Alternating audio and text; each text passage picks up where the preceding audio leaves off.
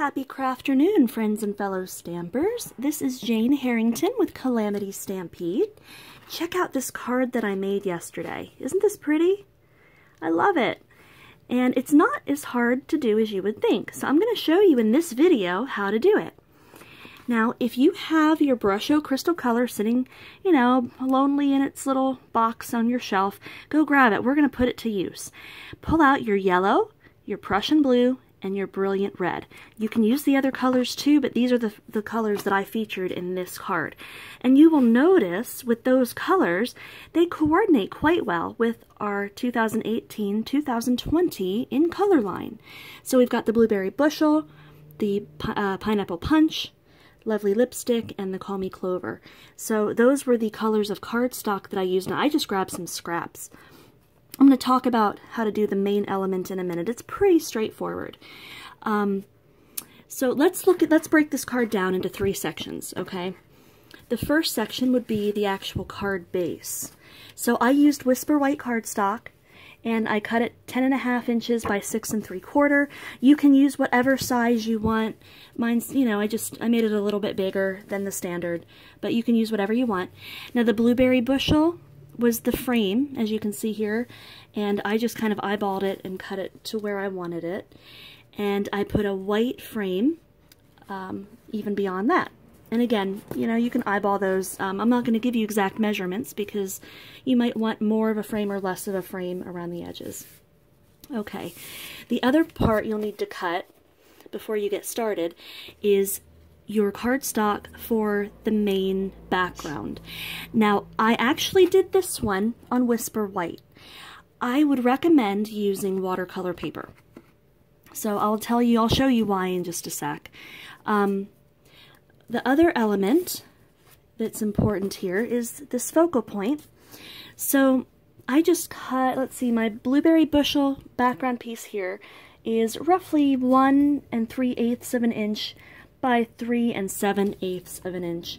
And again, you can eyeball that, or, you know, you can base that on the size of what you want to put in here or on the size of your card. And, you know, of course, you don't have to stick with the friend. You can use whatever sentiment you'd like. You notice one little difference. I went ahead and did this ahead of time to save time in the video.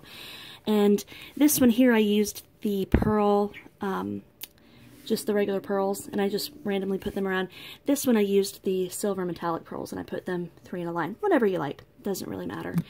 One thing to make it easier is if you have the adhesive that you can put it behind, it makes it easier. You don't have to use glue to adhere this down if you cut it with your Big Shot with the adhesive already attached. I will put the link to all of those things in the video so that you can buy it. But if you don't have it, it's no problem. You can just use some regular adhesive or glue, whatever you're using. On the back of it, I put Stampin' Dimensionals to pop it up. So that's, you know, that's basic, and you can make it however you would like. So I'm going to set that aside for now because we want to get into the meat of what this card is. So let's pull out some paper towels. Okay, and I'm just going to protect my surface with paper towels. And I've got an extra one for dabbing. Now, the other thing I'm going to need is a Stampin' Spritzer, and you can fill it with water or alcohol, whichever you prefer. I'm using water right now. And here is my Aqua Painter filled with water. Okay. I grabbed a palette because I've been using this palette continuously with my Brusho. This is what I use to mix them. I can make different colors with the Brusho by mixing them. And when they dry out, it's fine. I just leave them that way. I don't clean this because when you add water to it, it reactivates and you can just use it again. You don't want to waste anything. So that's why I keep using this. But, you know, if you don't have a palette on hand, you can grab one of your acrylic blocks. That's fine, too. Okay, so let me show you. Here's our paper. I'm going to use this cardstock. Let me see if I can angle it so you can see better. There we go. Now, again, I told you that I used the Whisper White cardstock to make this one. I really wouldn't recommend it. Here's one I started on Whisper White. Now, it might be hard to see. Oh, yeah, you can see it there. You see how when you get a little bit of water on the Whisper White, it pills a bit. You see that? We don't really want that. Not at least in this particular project. Maybe you're looking for it in other ways, but another thing is the fibers, it gets real soft, and in this particular thing, we kind of don't want it that way. So that's when I started, but with the pilling so bad, I thought, I'm not going to do that. I'm going to go ahead and use the watercolor paper. Here's another one that, now this one I did on Whisper White too. You can see it bleeds through the back a lot. You're going to get a different result every time you do this, and that's okay. That's what Brusho is all about. It's not meant to always look the same. But this is sort of what it's going to look like. And I put this one aside because it takes a while for the Whisper White to dry, even if you're using a heat tool. So the watercolor paper is faster. Here's another example I did on watercolor paper. It holds up better, you know, it doesn't bleed through. It's just, you're going to get a better result. But whatever you have, you know, use what you've got. Don't, you know, run out to the store and buy watercolor paper. And I know, you know, we sell watercolor paper at Stampin' Up, but, you know, you'd have to order it if you don't have some, and you'd have to wait for it to come in. So if you have Whisper White, it will work. Now, I'm using my Aqua Painter first, and what I'm going to do, here, actually, let me bring my Brusho over, and I'm going to go ahead and take out, notice I keep safety or push pins in the tops of my Brusho, and that's so that I can control the amount that I want to sprinkle out. Sometimes I want more, sometimes less. In this project, I don't need a lot, so I'm only taking one of those out. Okay, so here we go. I'm going to squeeze my Aqua Painter just slightly. Oh, I didn't clean it off. Oh, that's not good. Well, clean your Aqua Painter before you use it again. Huh. Okay, here we go. So, I'm squeezing it a little bit, just to get a little bit of a wash. It doesn't have to be a lot, but randomly a little bit of a wash over the paper. Not a lot, just a little bit. Okay, now, here, I'm going to take my yellow, and I'm can you see, I'm going to tap some in. Let's see if I can do this here. Well, it's not wanting to come out. I might need to take two. Oh, there it comes. Here, I'm going to go ahead and take another one out. Sometimes, there we go. Now it's coming. Okay, here is my Prussian blue, which I'm going to tap into this one.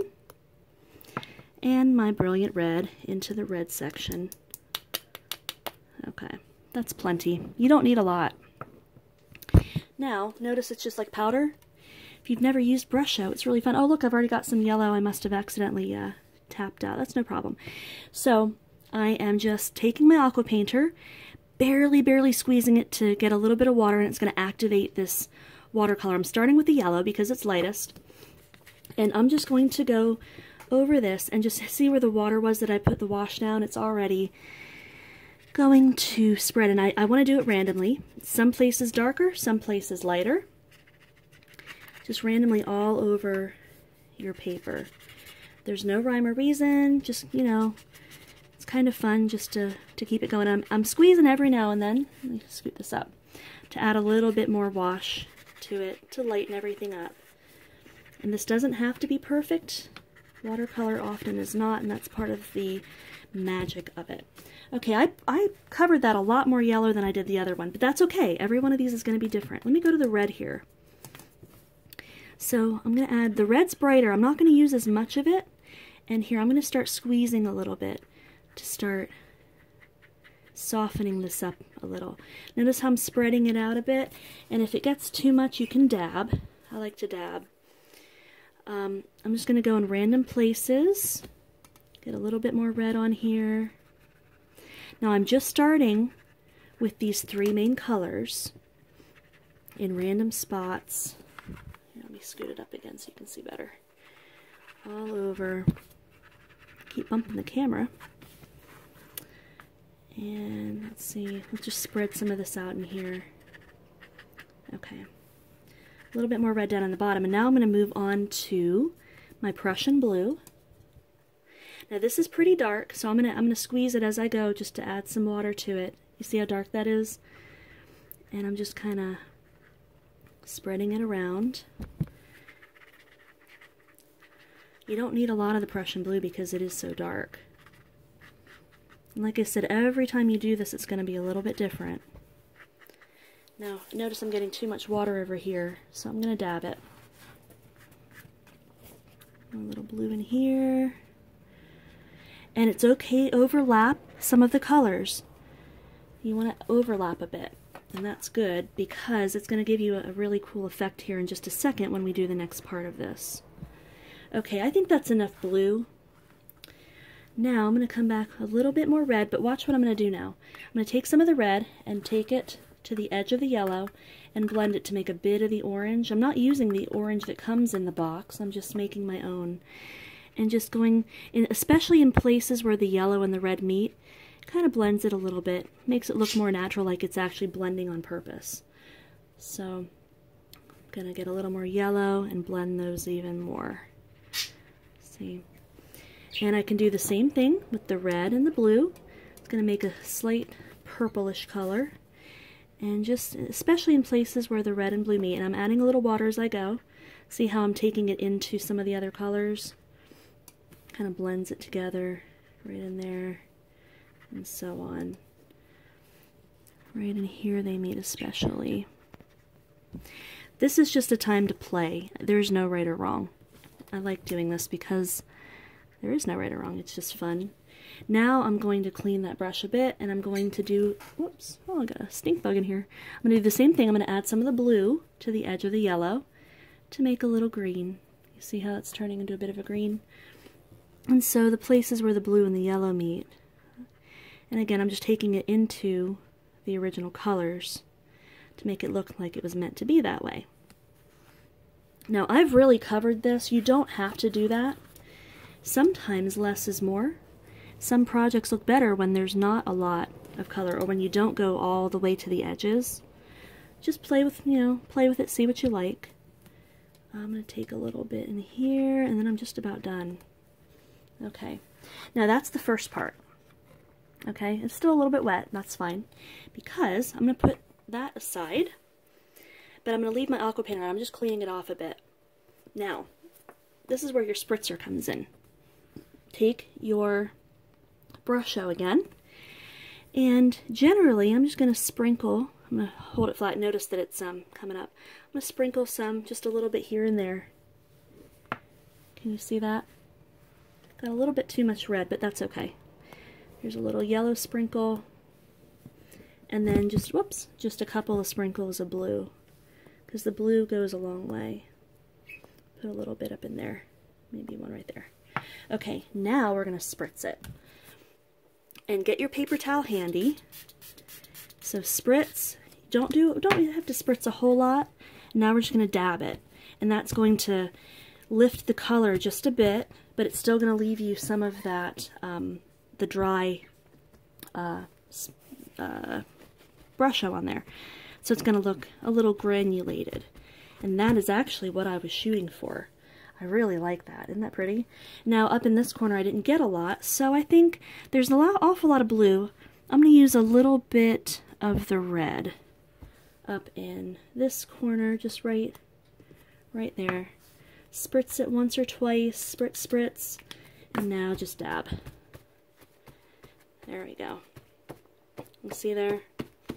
Now the last thing I'm going to do, since I'm pretty satisfied with that, it looks pretty good, I'm going to flip it over and I'm just going to press it down on the, oh, I guess I could have showed you too, if you wanted to blend this more, you can just use your clean Aqua Painter and blend a little bit of that more. If you feel like it needs it, you don't have to do that. Just see how you can actually, this is the part you gotta be careful. You don't want to muddy it up, because you can actually muddy this stuff. You don't want to use too much, because too much sometimes is not good. So see, I'm just kind of spreading some of that out. If you feel like you got too much of the dry Brusho on there, that's fine, you can do that. But I like it, I think it's good this way. What do you think? You like it too? Okay. So, again, I'm just kind of pressing this against the paper towel to take off any excess water. Now, the next step, I'm done with the paper towels. You can throw those away or recycle them or whatever you do with them. I'm going to use my heat tool on the low setting. And I just want to dry this. Now, the watercolor paper does dry faster than the Whisper White cardstock, which is another reason you probably want to use it. It will hold up better. It's not going to bleed through. It's meant for water, whereas the Whisper White doesn't hold the water, this much water as well. You know, you can watercolor on Whisper White cardstock. It's just, we're using a lot of water here, and it's too absorbent. So you'll notice that my watercolor paper is curling a bit. Sometimes I actually turn it over and go on the back. There we go. And it's almost already dry. Let me check it. I think it's already dry. Yeah, we're perfect.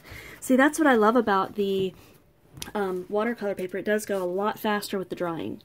Okay, I'm setting my watercolor stuff aside because I'm actually done with that now. And make sure, this is one thing you want to do, make sure you put your safety, or your, safety pins, your push pins back into your Brusho or your tape or whatever you're using to keep it closed, because you don't want to knock this over. You're going to waste your Brusho. We don't want to waste our good Brusho. Okay, we're done with that part. The next part, you'll notice in the card, it is crackled. Now, you could have, if you wanted to, done the crackle part first. We're going to need the Crackle Paint stamp set and the F block. Here's the F acrylic block. So this is what it looks like on the block. Now, if you wanted to, you could emboss this crackle first, and you could either use white embossing powder, or you could emboss in white craft ink and use clear embossing powder. That's actually what I am doing. I'm going to grab my white craft pad, and I've got my clear emboss powder. This is not as necessary. This is the Embossing Buddy for this project. What this does is it takes away the static electricity that makes your powder cling in places you don't want it.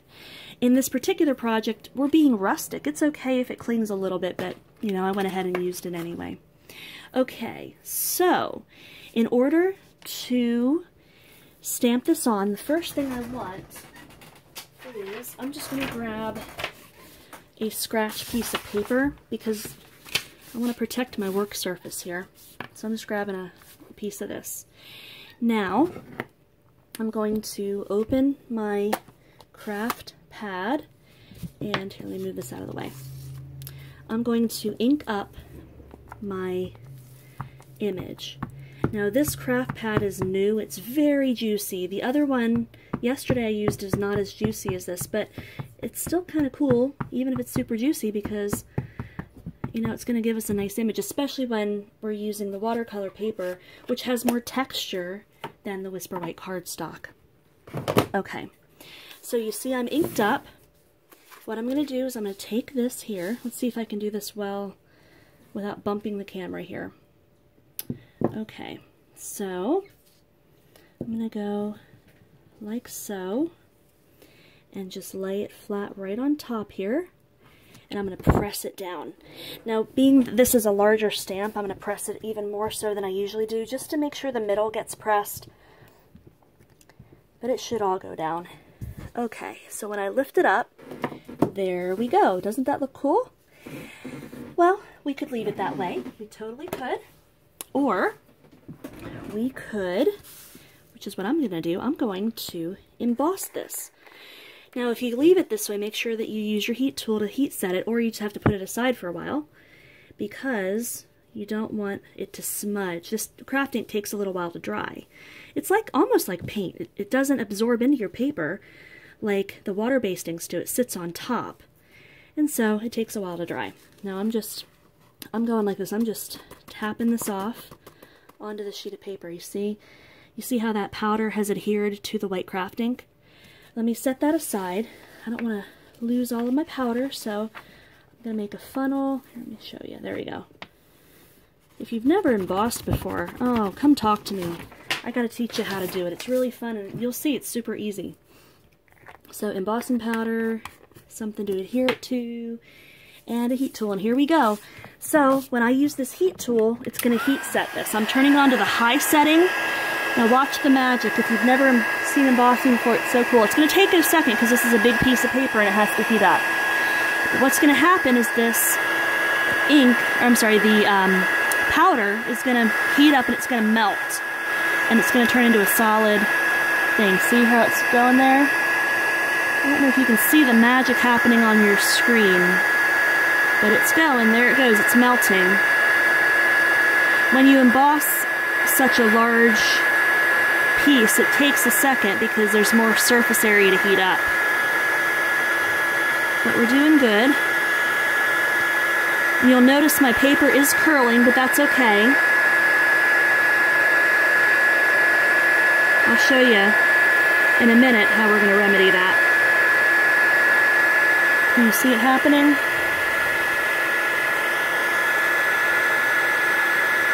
If you want to, you can speed this part up. We're almost done, but you can speed to the end if you've already seen the magic before.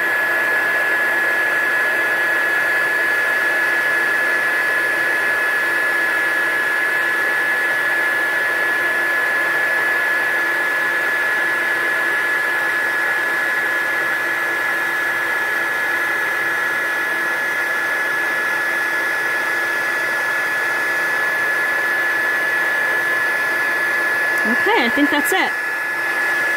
Let me just go over here and make sure, oh, yeah, there's a spot I missed. I just want to make sure I didn't miss anything. There's a spot I missed. But everything else looks good right there. Okay, that looks good. Now, I know that took a while, but look here. Now my cardstock is a little bit hot because, you know, that was a hot thing, but look. It is perfectly dry, and this is raised off the paper. Can you see? It's actually raised off the paper. So I'm just kind of going to work it a little bit, flatten it out a bit. If you need to, you can heat it from the back, because sometimes that helps. But it's not in this case, and I'm not going to spend the time. So I'll show you how to flatten this in a minute. Okay, so there we go. That is what it's going to look like. So you're going to adhere this onto the background. Can you see there? And then this element will go over like so. Look how pretty that's going to be. Oh, I love that. Now, a couple of other things to mention. These are the metallic pearls that I used on this. So you can order those. The Big Shot well-written framelit dies are what cut out the friend and the flowers and this piece here. And it coordinates with the Well Said stamp set. There's 2 parts to this stamp set, and you can use any of these, mix and match for what you need. I'm actually, this card I used the white cord. I'm out of that, so in this project I'm going to use linen thread because it'll look just as good. Now remember I told you I was going to show you how to fix this problem. You see how it's kind of curling? This is tear and tape. If you don't have tear and tape, you gotta get some. I've been using that red tape for so long that I didn't realize how much better tear and tape is, only because I can use my fingers to tear it. You see? Bam. I don't have to get my scissors out to cut this stuff. So this stuff has a very strong hold. It's actually going to be stronger. Whoops. I'm going to tear it with both fingers. It's going to be stronger than your other adhesives. That's why you want to use this stuff, because when you're working with the heavier cardstocks or something that has, you know, been wet and is folding up on you or curling like this, you want something strong to adhere it on. And I'm being very, very messy, partly because the camera is kind of in my way, and that's okay. But so this is how I put on that tear and tape. Okay, so you see on the back, and then you'll just peel this stuff off. Oops, got to start from a good end, because here we go. So I am peeling it off. Yeah, this takes a while, doesn't it? I should have been using my tweezers, I guess, but I didn't grab them. Okay, so real quick, I'm just tearing all this off. If you want to order any of these products, Stampin' Up! Sells them all. Go to stampinup.com and you can look them up. I'm going to include a supply list on the video link, and you can look them up. If you need a demonstrator, you can use me. I'm H. Jane Harrington, Pinson, Alabama. And here we go. So let me eyeball this and make sure I get it right where I want it. That looks about even. Okay, so I'm going to press it down, and I like to turn it over and press it from the back just to make sure that I get it all. Okay, so there's that. Look how pretty that is. Now I'm just going to adhere this thing onto the card. This one I'm just using whoops, my other adhesive. And I guess I should have also grabbed my linen thread as well, because the linen thread I'm going to put about halfway up. So I forgot to do that. I forget things a lot. I know you probably do too. I know I'm not alone in that. So I'm just going to use what the glue that I've already got there. So maybe I'm going to go halfway. I'm going to go further down. Oops. I don't know why my... Oh, there it goes. I was holding it the wrong angle. It's partly because, that camera's in the way. I need a better camera system. Okay, so I'm just going to wrap this 3 times. 1,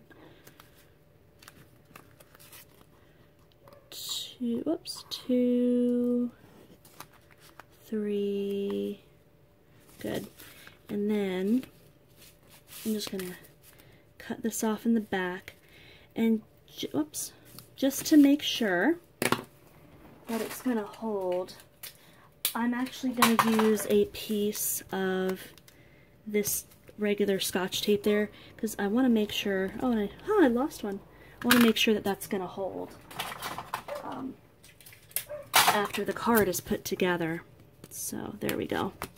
I'm having technical difficulties. Most people edit those out, but I don't. Okay, so there's that. I'm gonna go like that with it. I'm gonna eyeball it. You can use the tear and tape here as well if you need to. Okay, so there is the base of my card. You see it? The only thing I have to do now is take off my my dimensional backings, and this card is finished. So think about using this technique in other ways as well. You can use it in your scrapbooking, you know, general artwork. I'm going to line this up right about there. My card's done. Isn't that pretty? Let me see if I can back out. There we go. Look how nice that is. So now I've got 2 different cards. You notice they're different. The colors are different, placement's different, and that's okay. So get out there and get those Brushos out, folks. Get them out. If you have the current Stampin' Up! Catalog, and if you don't have Brushos, you can find them on page 202. They're right up there. They're $30 for a pack of 5. And I showed you the 3, the Prussian Blue, Brilliant Red, Yellow. They also come, it comes with Moss Green and Gamboge, which is a kind of orange. And I just mixed my own green and orange there, but you know, you can use those as well. If you have any questions about any of the products that I used today, go ahead and let me know, and I would be happy to help you out. If you need a demonstrator, again, my name is H.Jan Harrington in Pinson, Alabama. I'm having an April workshop, so if you want to use my April host code, and subscribe to my videos, folks.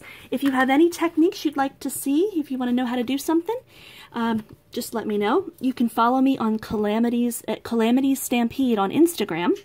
And you can also find me on Facebook at H. Jane Harrington Stampin' Up. We will see you in the next video. I hope you guys have a wonderful weekend. Bye-bye.